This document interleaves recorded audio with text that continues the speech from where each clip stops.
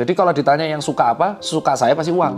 Karena uang itu terbukti dengan uang banyak, itu separuh masalah kehidupan itu selesai.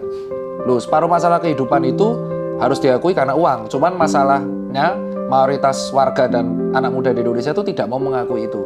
Menganggap bahwa uang tuh tidak, tanpa uang, uang banyak belum tentu bahagia. Yo, kamu kan belum pernah pegang uang banyak.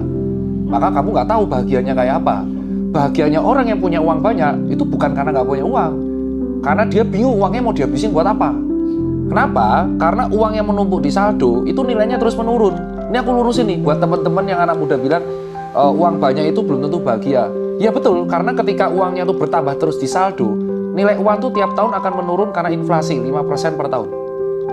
Sehingga kalau kita punya 1 miliar di tahun 2023, kalau inflasi di 2024 5%, 1 miliar saya 2023 itu hanya bernilai sekitar ya 990-an juta rupiah di tahun 2024. Jadi kalau dia punya uang banyak dan nggak tahu buat apa, dia sedih dan stres. Artinya uang itu harus diputer terus, dan itu yang ngebuat orang kaya itu dipusing.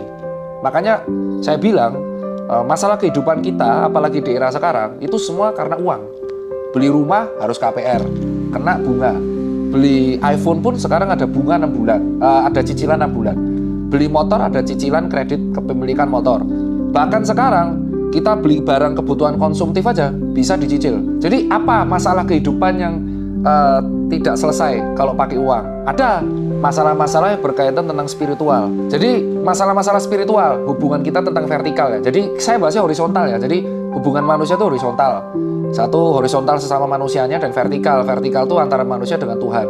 Nah, kita akan bahas horizontal dulu. Kalau horizontal tuh masalahnya itu terkait uang. Sekarang beda kayak 50 tahun lalu masalahnya banyak. Kalau sekarang tuh hampir semua tentang uang. Makanya saya mau nggak mau ya harus terima nasib bahwa kita tuh cari uang. Memang cari uang, dan itu yang mau nggak mau harus kita sukain.